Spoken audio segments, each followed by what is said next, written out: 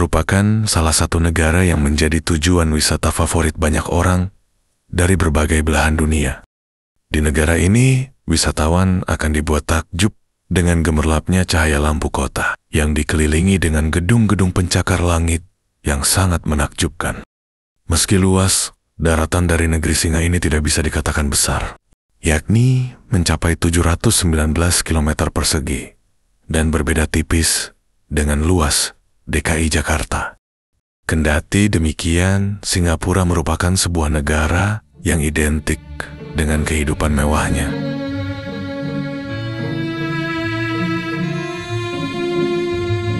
Kontras dengan image Singapura yang gemerlap dan mewah, ternyata masih terdapat sebuah desa yang asri di negara ini. Kabarnya, perkampungan tersebut merupakan satu-satunya desa yang masih tersisa di negeri singa tersebut hingga saat ini.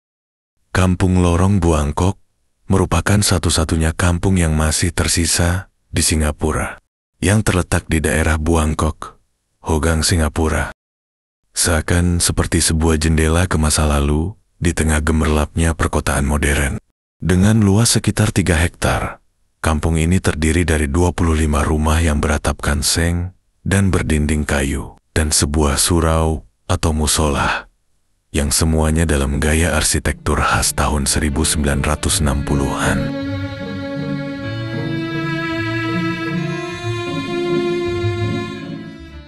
Pemandangan di Kampung Lorong Buangkok ini sangatlah berbeda dengan daerah di sekitarnya yang amat modern. Suasana pedesaan sangat terasa.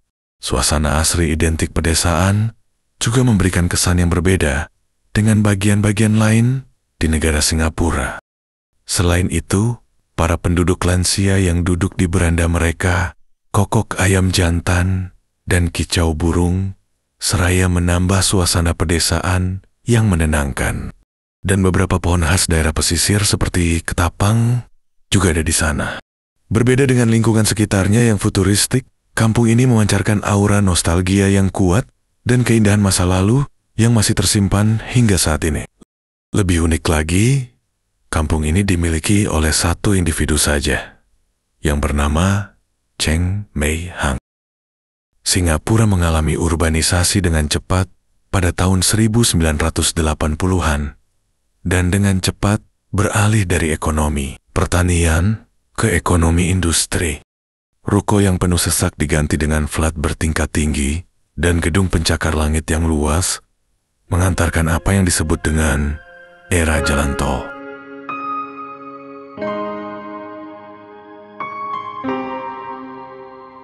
Dengan jalan-jalan kecil yang sederhana, diganti dengan jalan raya multilajur di seluruh negara.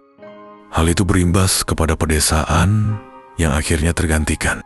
Maka dari itu, ratusan desa tradisional digusur, flora asli dilucuti, jalan tanah diratakan. Beberapa penduduk desa enggan menyerahkan tempat tinggal mereka.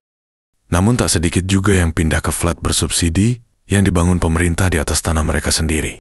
Saat ini, lebih dari 80% warga Singapura tinggal di flat yang dibangun oleh pemerintah Singapura.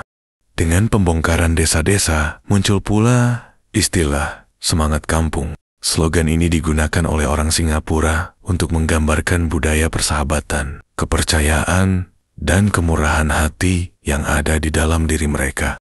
Tradisi di kampung, warga masyarakat tidak perlu mengunci pintu rumah mereka, dan warga selalu menyambut tetangga yang sering mampir tanpa pemberitahuan untuk meminjam apapun yang mereka butuhkan.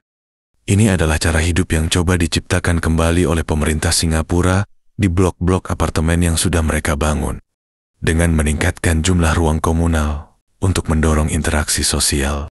Lalu kenapa Kampung Lorong Buangkok bisa bertahan di era gempuran modernisasi yang kian masif di negara singa tersebut?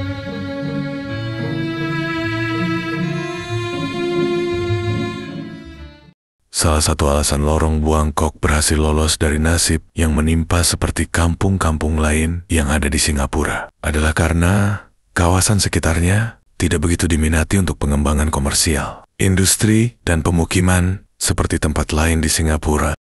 Meski perlahan, hal itu kini telah berubah. Dulunya desa ini dikelilingi oleh pembukaan hutan dan pertanian. sekarang diapit oleh perumahan dan sejumlah flap.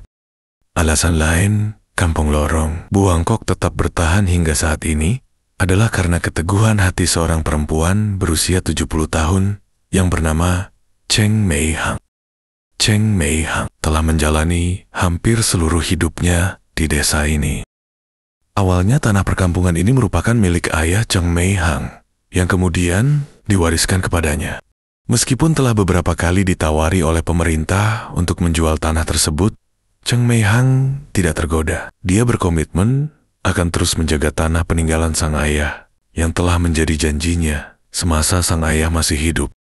Cheng Mei Hang adalah bungsu dari 4 bersaudara, putri dari seorang pedagang obat yang bernama Shuang Chao Gen. Shuang Chao Gen membeli tanah di kampung itu pada tahun 1959, yakni 9 tahun sebelum Singapura merdeka. Pada saat itu, kampung tersebut masih berupa rawa-rawa. Kemudian, Shuang Chao Gen menyewakan tanahnya kepada orang-orang Melayu dan Cina yang datang dan menetap di sana.